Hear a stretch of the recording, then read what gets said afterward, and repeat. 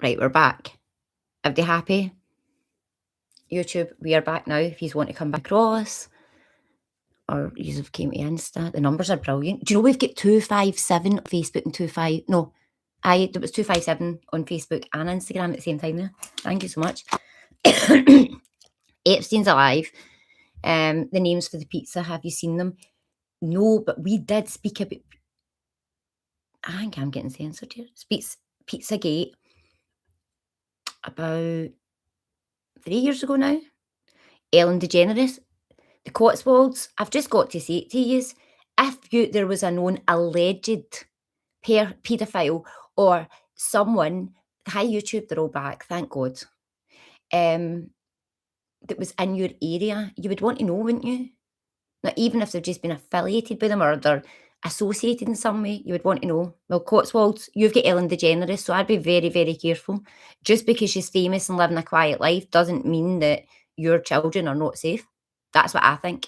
Tell me I'm wrong, because she's implicated in everything as well.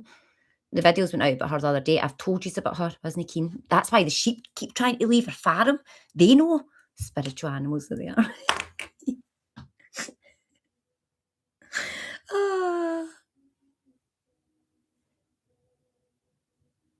I'm going to need to turn the Alexa down. I turned it up for the boys because we, so I didn't wake them, but it's a wee bit too loud. 2 seconds. Alexa, volume 2.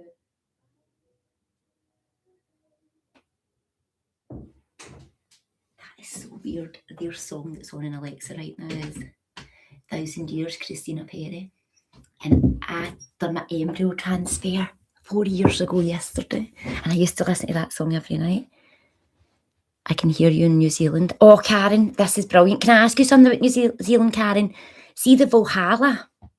Now, the Valhalla apparently, allegedly, could be something to do with the CIA, but some people think that, like, Michael Jackson or Epstein or that might be there, so New Zealand can use watch out as well, because I don't think anybody's safe at this point, but I haven't done my homework into it enough yet.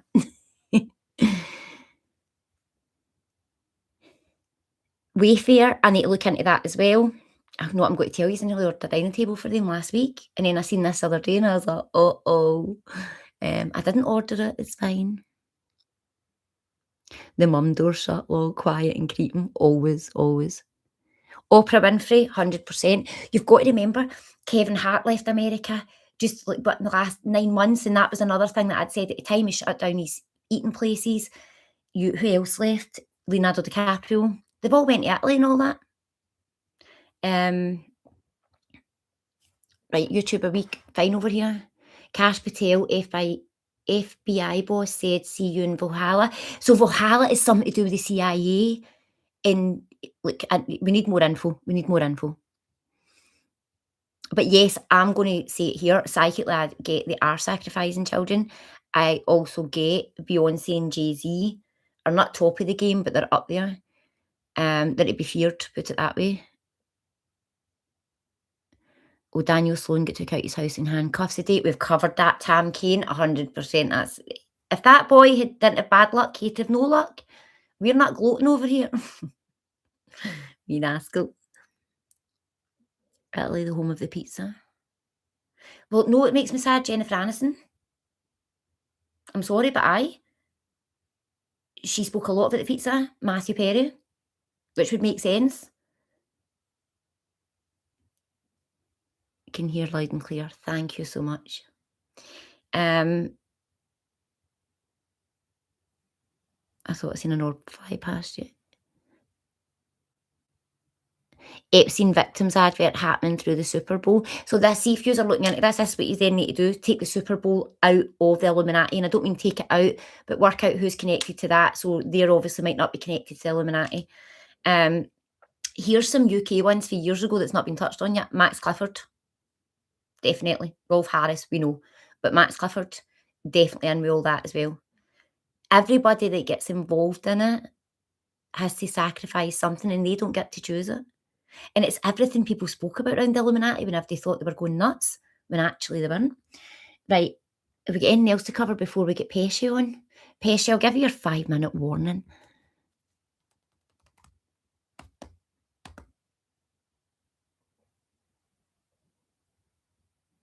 The Twin Towers, well, now we know who our world leaders are, 100%. 100%.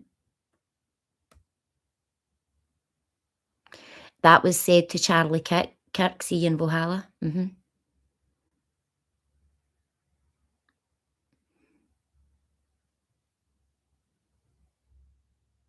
A secret island that only government have access to, yep.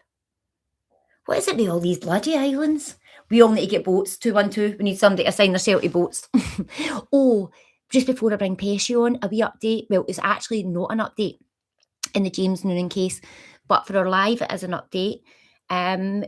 Obviously, we've did all our videos. We've put so much out over the last few weeks. We've literally turned that island upside down by making so much noise, and I can't thank you all enough for it. The BBC contacted Guardia Civil. Guardia Civil issued a statement to them. Now, if you've seen my story or seen some of my videos, you will know the family were very much unaware that this was an update or if it was a true update. They found out, like the rest of us did, through the media, but it was actually a good thing. And I think they're grateful for the fact that the BBC did go to Guardia Civil for statement. We can't confirm anything else at the moment, but what the family can confirm is the statement was definitely made by Guardia Civil. They made a statement saying they can't make any comment just now because they're prosecuting. Now, Maura and the family do not know who they're prosecuting or what the prosecution is. They have no idea. Obviously, they're going back and forth to the British Embassy, but she can't thank you all enough. And as soon as she can update anything, she will. She's going to let you guys know because she knows that a lot of you are messaging and asking. And just, again, if she's in the comments, she's been so bloody kind to her. So keep doing that because, again, I can't even imagine as a mum how she's feeling right now because the plot thickens at this point. We've done what we said we were going to do, make so much noise that someone would listen. But I don't think anybody was expecting to come out what's came out. So we don't even know if it's the people that we have put the photos out with, but we made enough noise, I think, to rattle some cages that I think hopefully it made a difference. And as soon as we find out and the family allow me to put anything out, I will let you know. I've got no idea, Jackie. We've got no idea at all. Nothing other than the statement's real. And it was confirmed to come by Guardia Civil. And thank goodness and thank you to the BBC for going for a statement because nobody would have known. We wouldn't have had a clue. But I just want to put it out there as well to Puerto Rico and Las Palmas. If nothing happens over there, I'm coming back. I'm coming for more. I will keep at it and at it and at it because every person deserves to know where their loved one is. And if we can make this platform do that for that reason, then we will. And it's what I'm coming on to next was with Peshy, Ryan Anderson, who was a baby out in Morocco who was adopted, but he's trying to find his biological family. What I'm going to do is ask him to come into the live anytime at all. He might already come in. Peshy, just invite yourself in. YouTube, I am going to put you further over to this phone so that you can hear the noise. Right, okay. Let's see. Peshy, where are you? Imagine you just didn't turn up. At bed, I did what?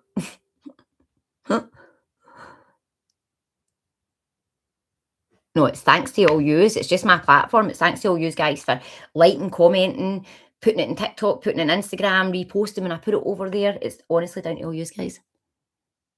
Loads of people have asked to come in, but I don't think it's Peshy. Oh, he has. There we go.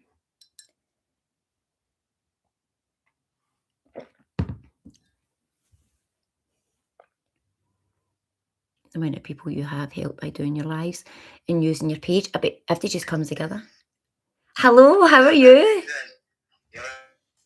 Oh, can you hear me okay? Hi, can you hear me? Yeah. What's happening? Christy's team, Christy's readings. 212. So this is Peshy. Wait a wee second, I'll try and spin yours round for a minute so you can see. In fact, wait a wee second and see if I can spin yours round all together and just keep yours that way. It's my first Instagram live here, team. Can I come on there? Christy's gonna.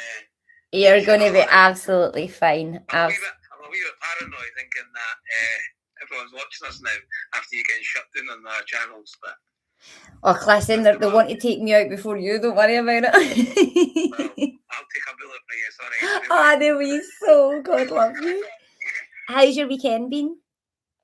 Just been working, and I went swimming today in the sea. So the waves were cold water. The waves were really cold. My body was in pain. Now I'm feeling better. But I love it. Did you feel good for it? aye. So you do that a lot for your mental health? That helps a lot. There was we're an organisation this time, so there was about 50 of us. And I made sure I was the last one standing. So now I'm all fresh to do this. I love it. I remember you says when you're doing a live, I kind of need to be pushed into do stuff. And for instance, like a TikTok, I've not got TikTok. And Christy was saying, see, once you do one live, now you'll start doing them all the time. 1,000,000%. So you have a good teacher in Christy. Yeah, we met through my friend Yvonne Wayfair. She's here somewhere. She messaged just before I came live to thank me for. Thank you so much for doing this. I was like, no, don't be silly. Thank you for letting me know and introducing me. And it's what we want to come on to. Obviously, I'm going to let you just go on and tell your story. But do you have a TikTok now? That's what I was going to ask you. I sent you a message on it, but you've probably got that many followers. Oh, shoot. Right, okay. So what I'll do is, when I come off the live tonight, team, I will duet one of his videos. What do you call that? I duet one of his videos. And then you'll be able to find them. So if you just give him a follow, because it means he can go live, so you guys can ask him direct questions. I'm trying to push him to go live as soon as possible, because I think when he tells you the story, you'll understand why it's important that he has a live. Loads of people on Facebook are saying, hi, Peshy. What's happening Facebook? What's happening TikTok, YouTube? You've got YouTube as well. We'll get everything going here. Right, you can start whenever you want and fill people in. Aye, so for those who don't know, I was born in Morocco. And I was brought up in the UK. And obviously I was adopted. And I didn't find out I was adopted until I was 18. And then it was a really big deal to me. And I never told anyone until after lockdown, so for 13 years. And then now I tell anyone and everyone about it. And I decided to go to Morocco to try and search for my family. And I've been there 4 times over the past 4 years, and each time I went, Peshy, just you keep going. I've got I need to go and check something. Just keep going. Cheers, everyone in the comments. So I went over to Morocco,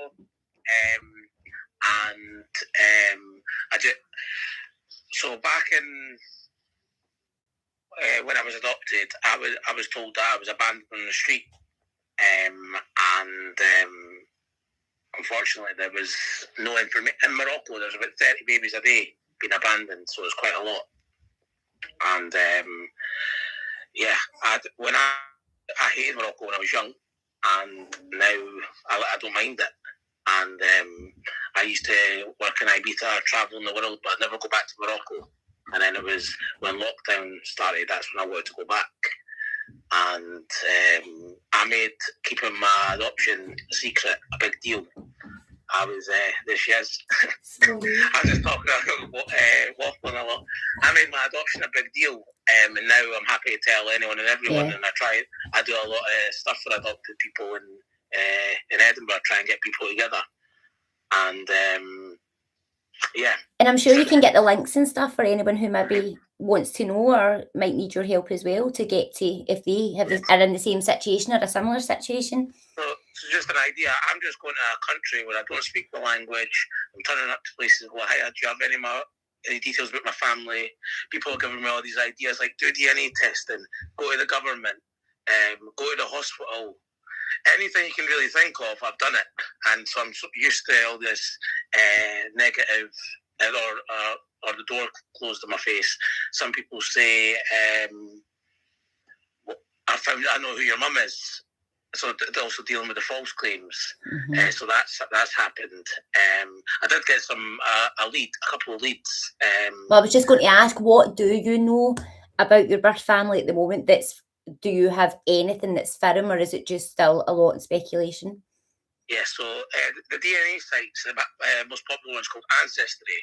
So that costs between £60 to £100. And then that doesn't exist in Morocco. So then what happens is people who leave Morocco, you only match with someone if someone's done the same test. Right, okay. So I go to Morocco with a test, do a DNA, and then get the person to do the saliva. And so see, when you get a test, it takes 2 weeks to come. Then when you come back, post it, it takes 2 months for the result. Right. So it doesn't happen fast, does it? No. And then obviously I've had about 3 or 4 mums, so it's all been negative. But when people in Morocco, they're all excited to see you, and they say, "You're my mum, 100%." And then it's just getting my hopes up, and then it's a false lead. All I've got is the hospital that looked after me.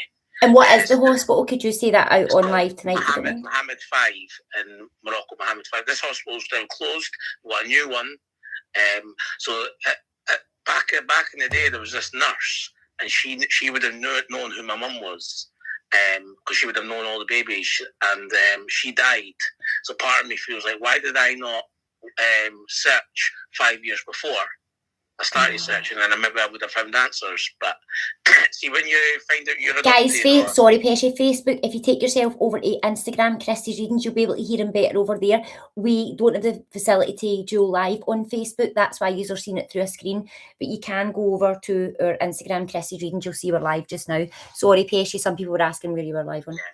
So see, about being adopted, I found out I was 18. And I was like, why did I not? Some people want to search straight away. Why did I not want to do that? I just got involved in partying and started having fun and going on holidays. Yeah. And then sometimes, whether it's being adopted or even your mental health, you don't know what to deal with it till later on in life. Yeah. But really, you should. If I want to search for my family, I should have done it as soon as possible, because the longer you leave it, the more chance people are going to pass away, unfortunately. Yeah. And that's with any relationship, whether it's people who are adopted or not. The more chance you leave a relationship, there's more chance that something bad will happen in the future. But from my point of view, I wasn't ready when I was young. And it was until lockdown where I started searching. And I've got a good adopted family. My mum's great, my dad's not so great. Got siblings and aunties and uncles and stuff. But we wouldn't say we're all close, but I know they care. Mm-hmm. And so see, when I go to Morocco, people say to me, go back to the UK, stay with your family there. And some people are saying, you're going to find them, and then some people are saying, just go back to the UK and stay there. So it's quite confusing. And does your mum remember anything, or did your mum ever know anything about your biological family? She doesn't speak Arabic. And she was told that the baby was found on the street, and there was very malnutritionist and nearly died and stuff. So she went back in my first 3 months of my life. She went into the hospital. She was told to pick a boy. 15 babies in the orphanage. So she just walked in the aisle, and my eyes were following her. And she went, I'll pick him. That's lovely, Peshy. So that was a very nice story, because my mum's Morocco. But I know she is. A lot of people say, your adoption is corrupt. This was, you were stolen. You were this, you were that. But my mum picked me a random 12 babies. So see, being picked, that's nice, isn't it? But it's also pressure that you have to feel grateful that you were picked. Oh, that's so sad. I get what you're saying, though. Yeah, so part of me feels like I need to do something good with my life. And what I was really doing at the time was just partying in Ibiza and then travelling the world. I love my holidays. I love that, though. Like, you were obviously maybe processing, and now it's time to heal, and that's why you're looking for your family. So I was known for a party animal, and now I'm like 2.5 years sober. So now, and then I speak up about being adopted and searching, and I get quite a buzz going on TV or doing I also do like podcasts and stuff. Well, I was going to say, when Yvonne had got in touch with me, and then you had got in touch off the back of that, I had then went and looked it up on YouTube, and I would say to anybody, Peshy will maybe get you to put the links in your Instagram or wherever they'll be able to find them. But you've done a podcast. I can't remember who the host was, but it was very, very insightful. That's where I probably... About 15 or 16. I like the camera anyway, whether it's being on Bondi Rescue, getting saved, or I've met Prince William before and I was chatting away, told him my story. That was You spoke to Prince William?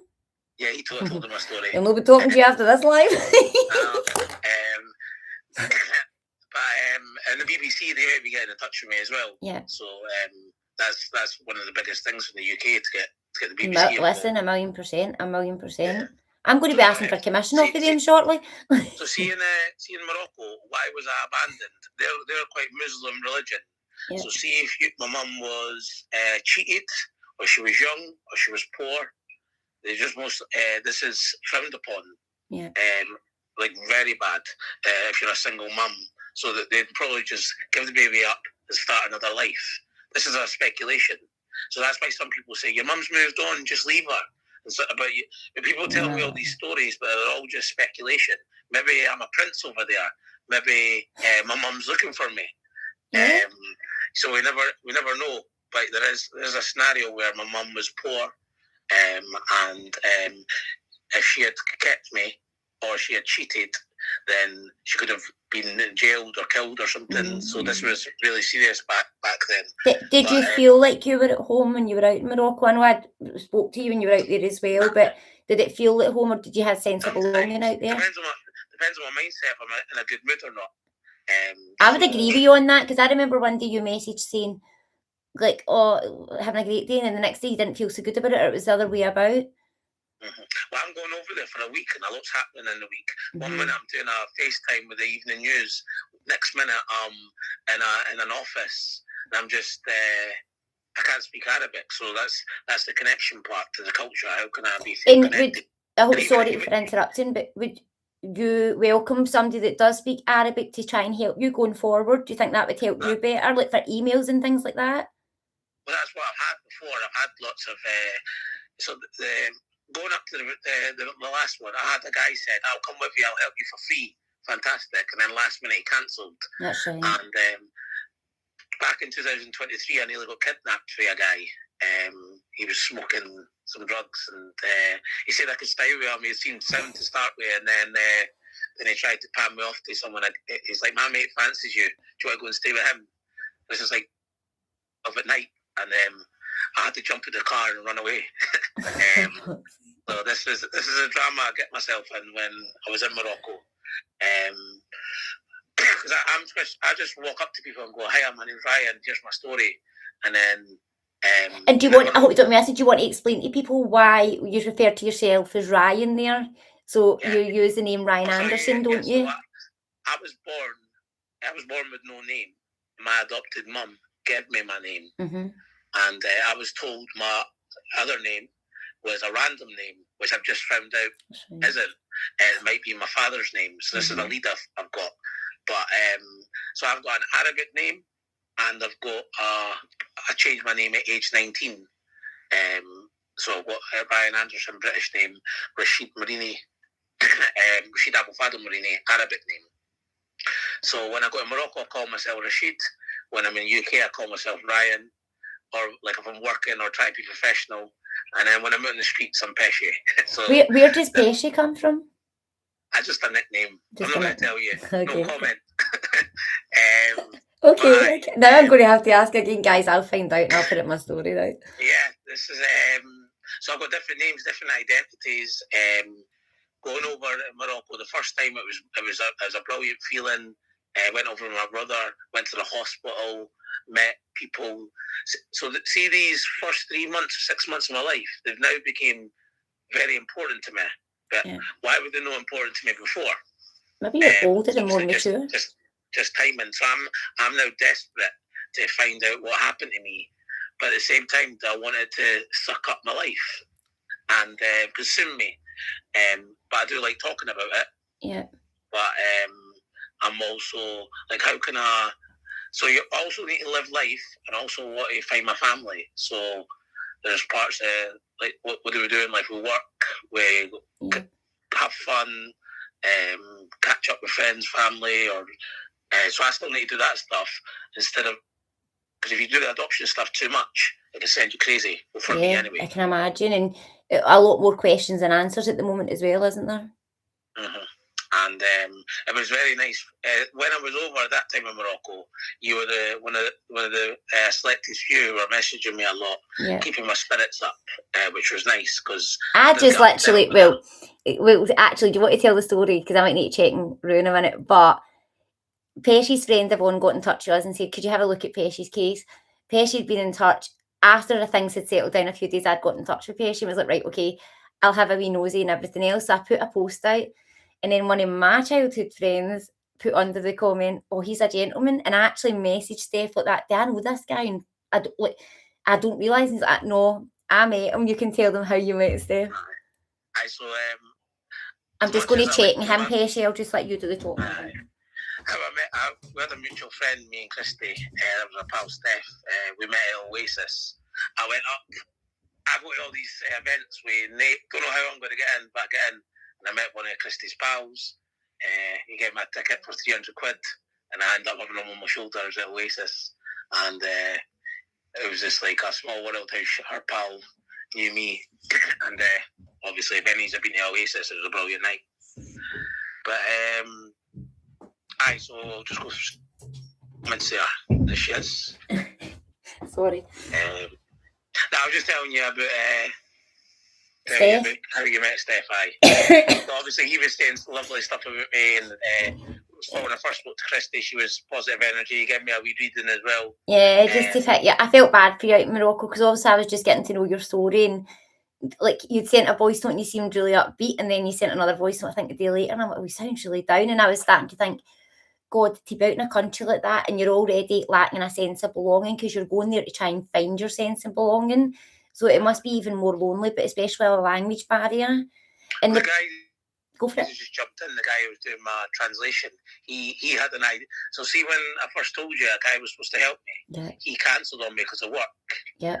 And remember, he was helping me for free. So then this other guy, through a friend, got recommended me. Why do you want to do a documentary about me?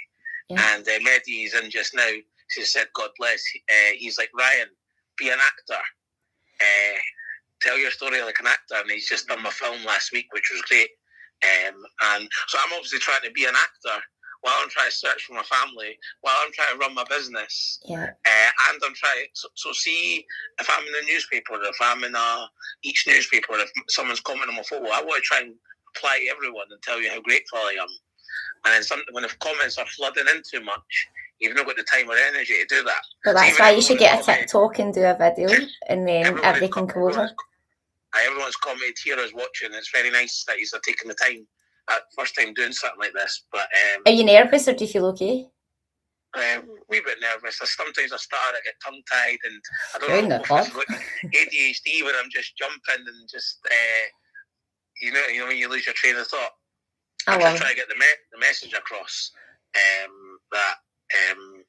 What are the things that? So obviously, like say for like I'm trying to get across to Peshy, I think social media is the way forward. Like obviously you've mentioned about it's not always safe where you're going to these wee towns and things, and I know it's hard because they don't have the same access as us, like to ancestry and things like that as well.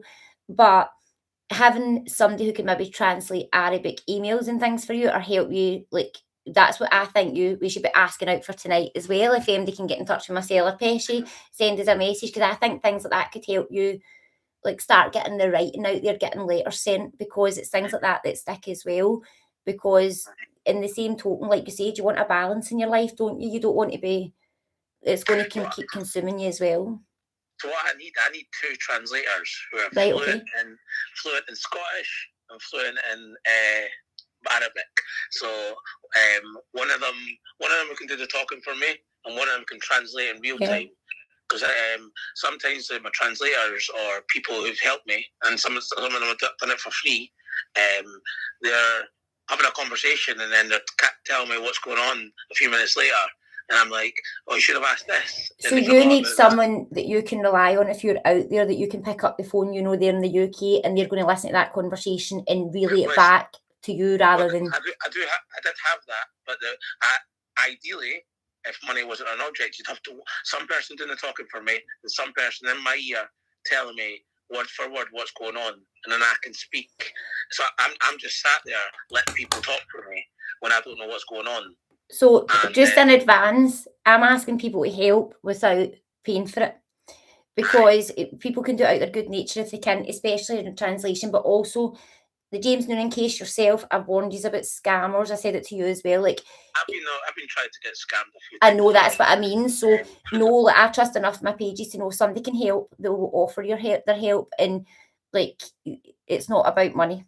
I want to put that out there now, because I want you to get the most help that you can out this live, but also to get the most tools to keep pushing forward, because it's sad thing is, it's a lot of pressure on you because only you can do it. Because do you know my trips to Morocco? It takes a bit out of me, but really I need the momentum. And I done my first trip, and then I left it 9 months, and I done another trip. Because as much as I put, so when I do my trips, I message every Moroccan contact in my phone book. I message every Facebook group I've got. Then I put stuff online.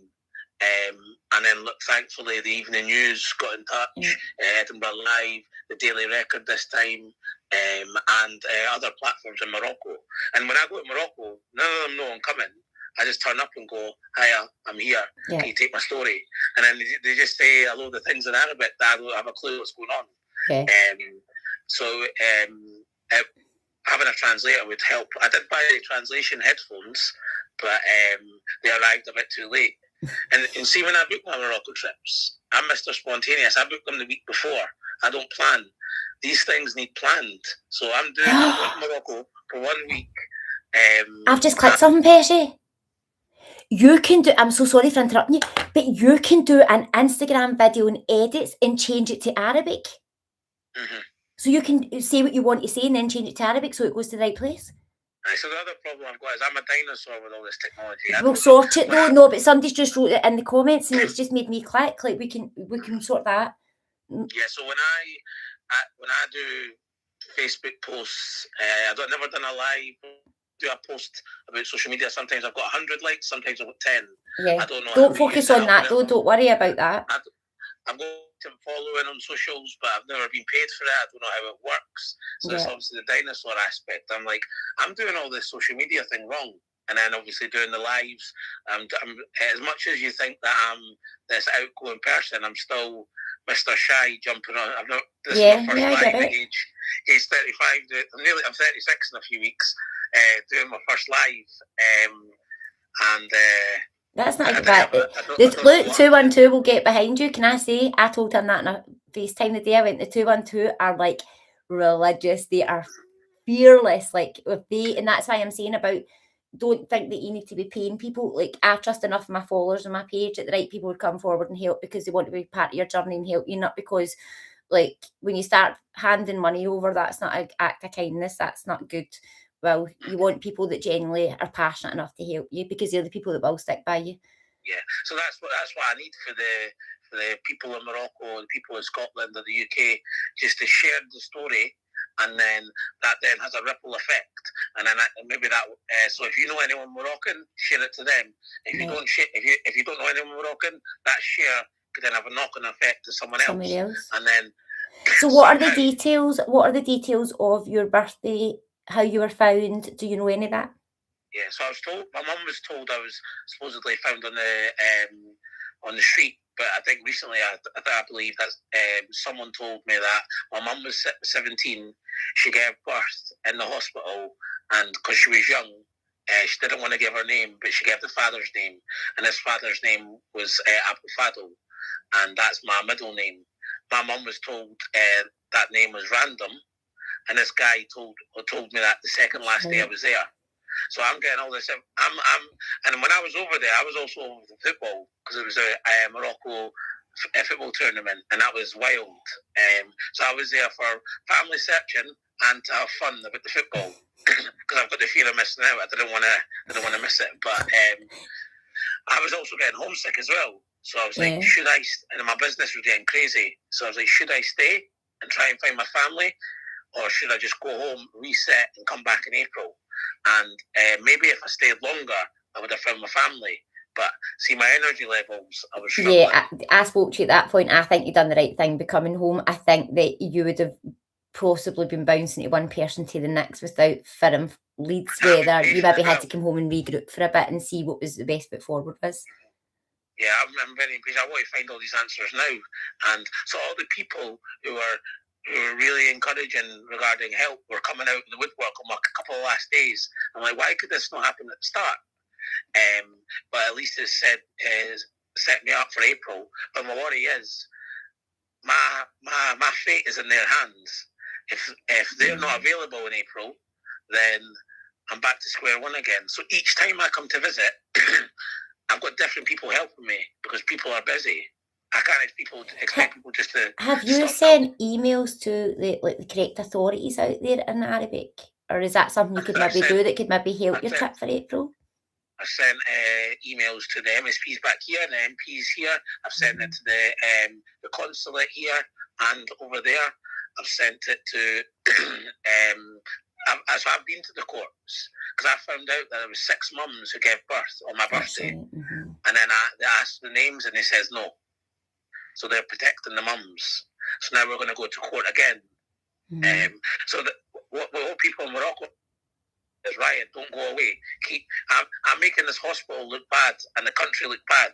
Yeah. So by being vocal, it's making them do something about it. Good. But obviously, I want to make sure that if I find any family member, that it's not going to cause any problems for them. Yeah.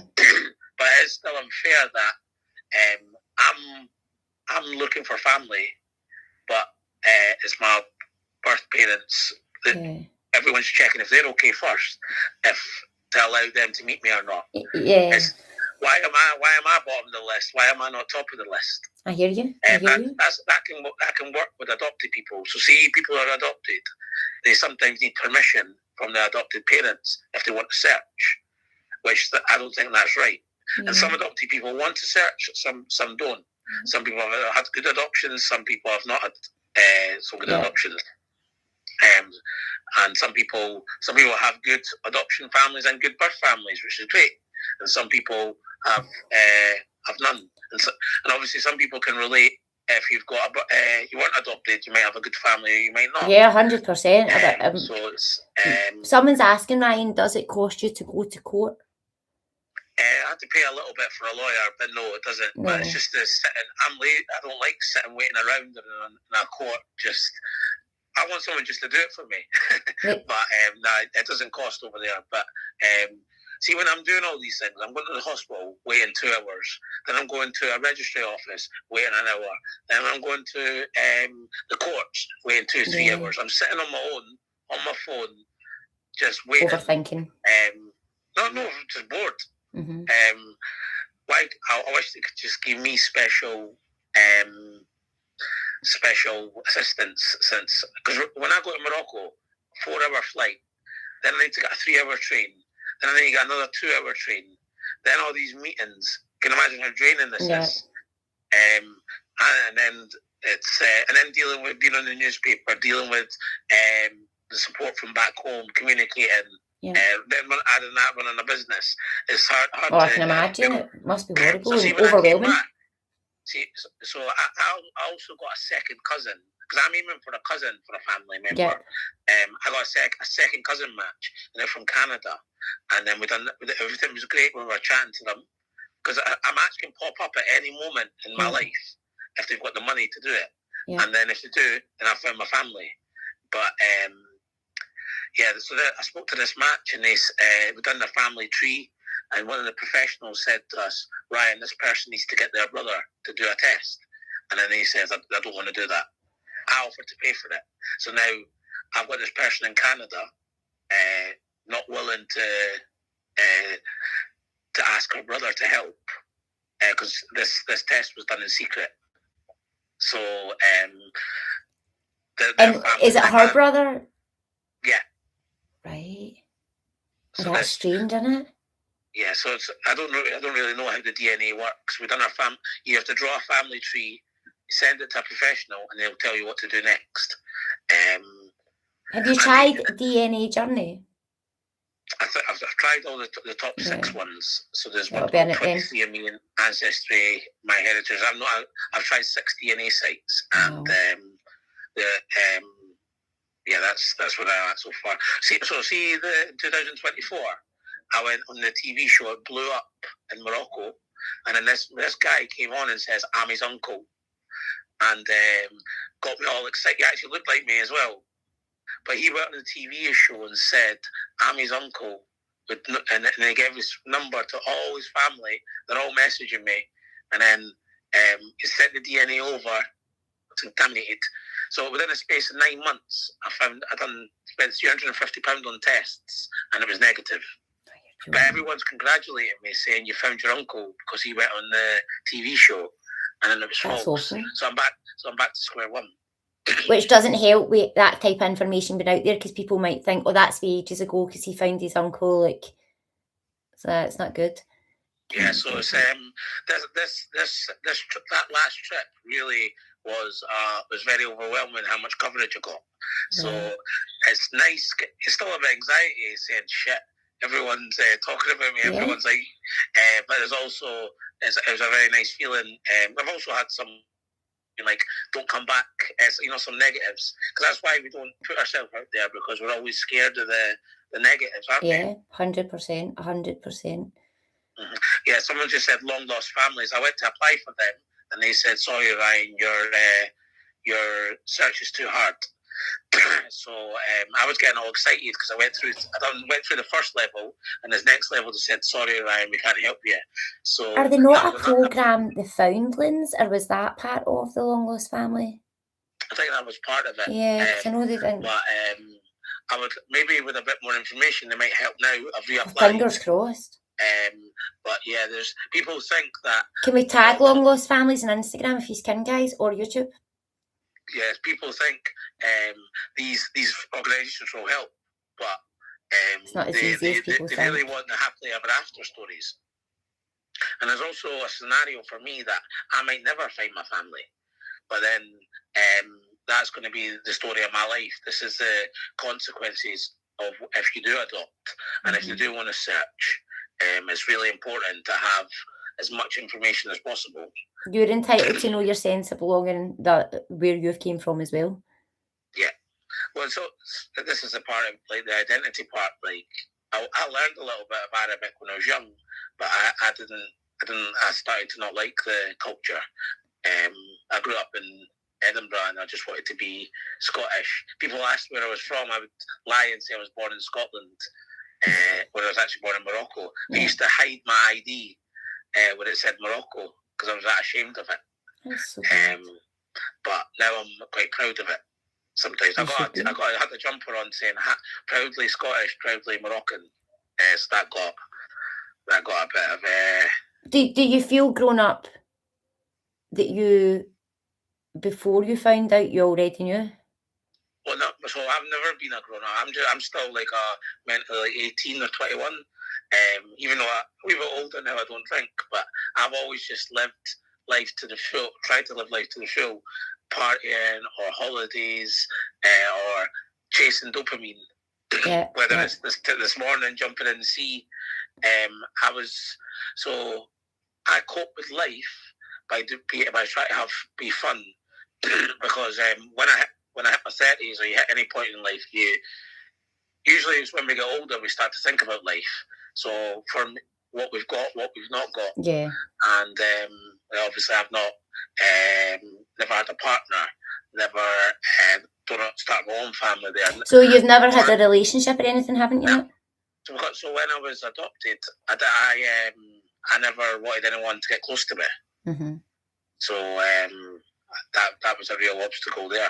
I didn't want to tell anyone about my adoption, so I never let anyone close to me. Yeah.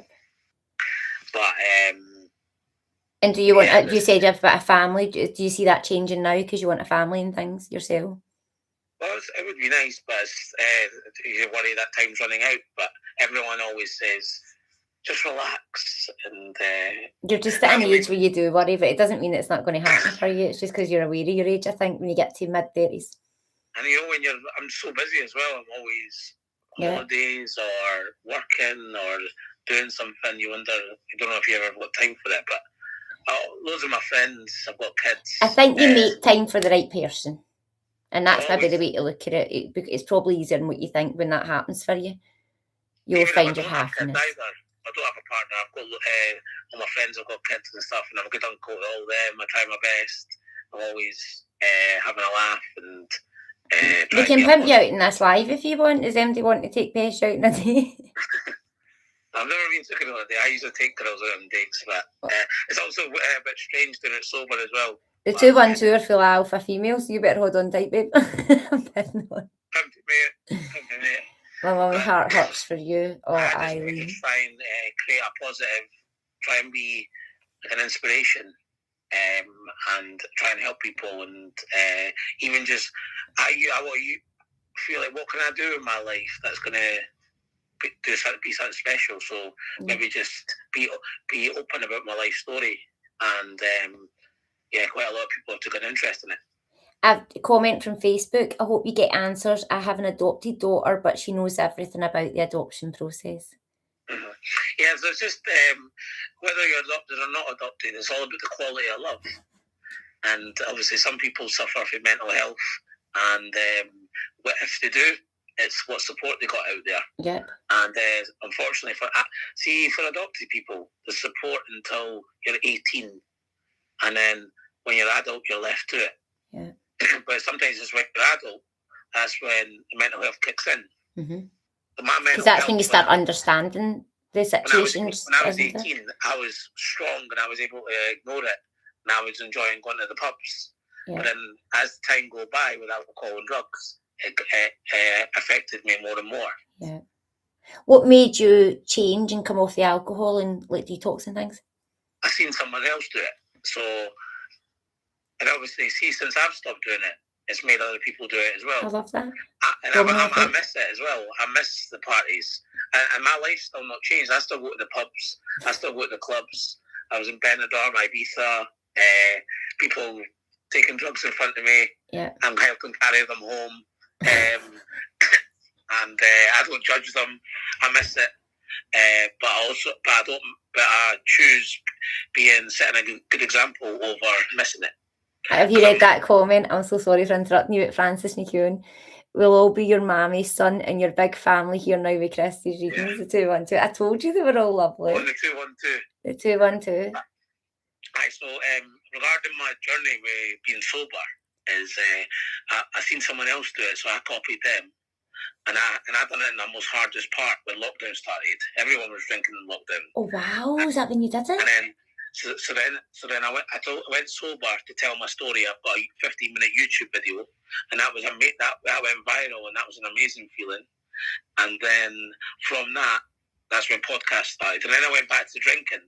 So there was a year and a half drinking. People were saying, "Why are you drinking? You should be sober." And I done my year. And then I did plan to go 2 months sober after my 18 months. Yeah. And now I'm like 2.5 years sober. So do you think you'll get back to it? Maybe. But I don't. Right now, I'm still. There's not a right or a wrong answer, though, is there? Not really. It's all about balance. I don't judge people. But at the moment, I'm staying sober for trying to fly the sober flag. And I get a buzz now about going to, I go to Glastonbury on my own. And I love that. I love that you get the Countess to do that. In for that one. But I go to all these events like Oasis. I go on my own, just stand outside, and somehow I get a ticket or a free ticket or a cheap ticket. And some people phone me and go, "You're the man for tickets. You want to come with me?" I'm always looking for friends to go to a concert with. I love that. Listen, you're going to evacuate them now. You know that, don't you? But if we cut, are there anything you want to cover that we've not covered? I'm going back out in April. Right, okay. From Morocco. So the people said, come back out. We'll do the courts to try and find your mum. And we've got the second name to try and find your dad. The person who told me, so when my mum adopted me, she had me for 1 day and tried to take me out of the country. That's right. She never had the paperwork. So she had to leave me with this family. So this family was a family of 6. And I eventually met up with this guy. First time in 35 years, he gave me a big hug. And this guy said, "Ryan, I know your dad." But I wish you had told me that 4 years ago.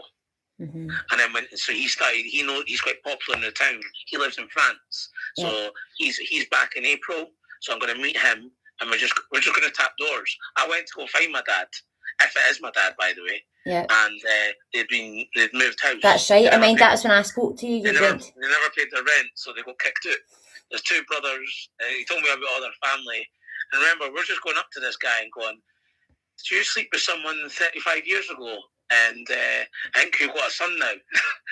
Hiya. So, you up for doing a DNA?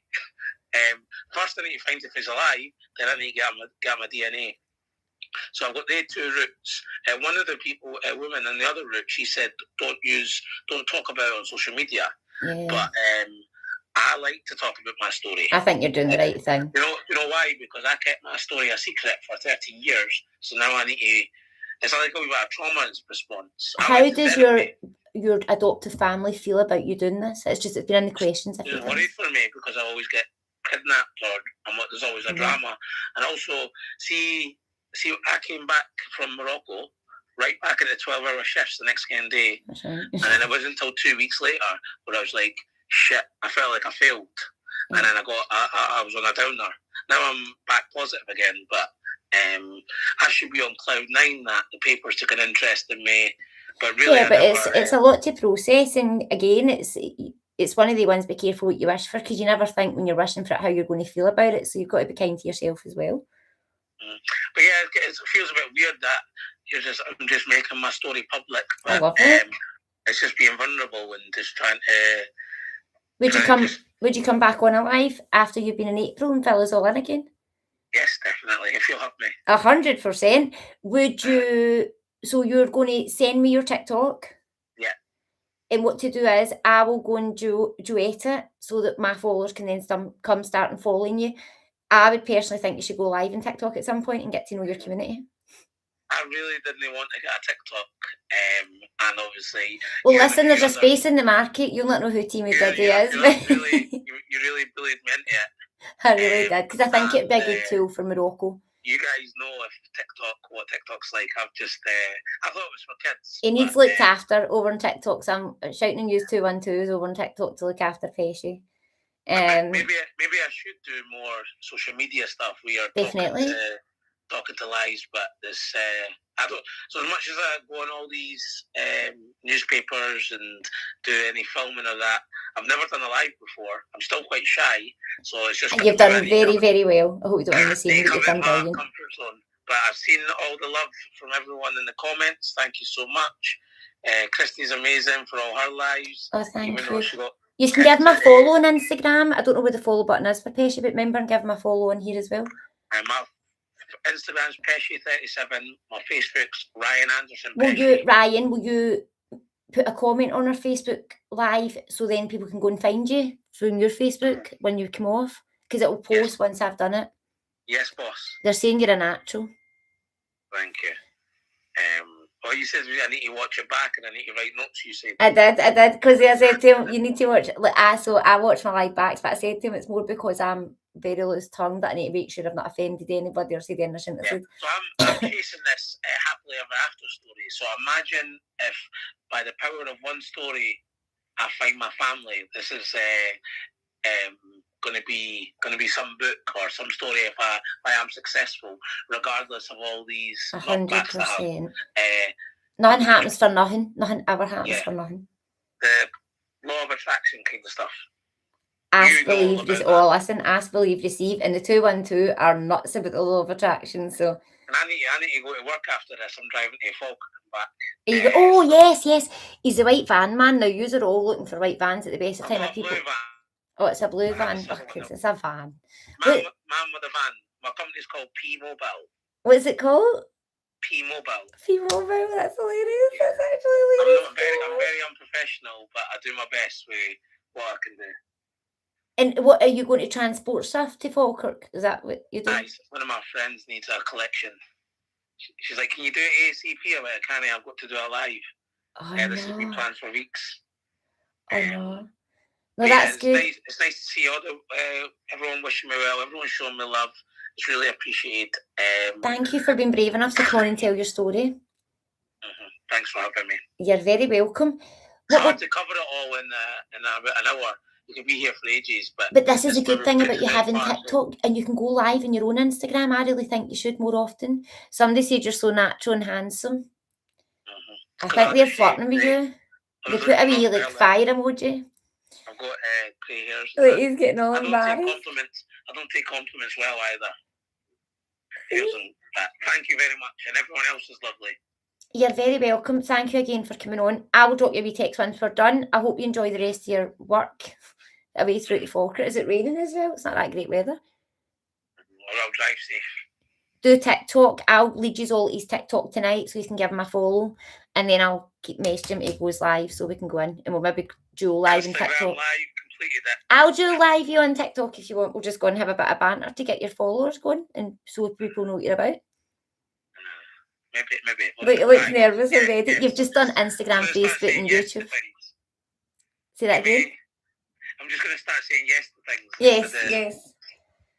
That's fine. Eileen wants you to take her out on a date. You said yes, Eileen. I'm getting on. Yes, Eileen didn't say that. I was just using her as an example. Everybody's wishing you well, though, and hoping for the best. And obviously, we'll keep in touch, and you can fill me in. I'll update the page anytime as well with any updates if anything happens before April. But thank you again for coming on. I don't know how to put you out of this. Do you know how to come out of it? Did I just end the live? I'm not leaving. Yeah, I love it. He's like, I'm not leaving. I'll just leave you on. I'm fine with that. You can stay on the rest of the night. I'm going to end YouTube first. YouTube, thank you again for watching. Remember to subscribe. Thank you so much. Right, hold on. YouTube is done. Right, Facebook, I'm going to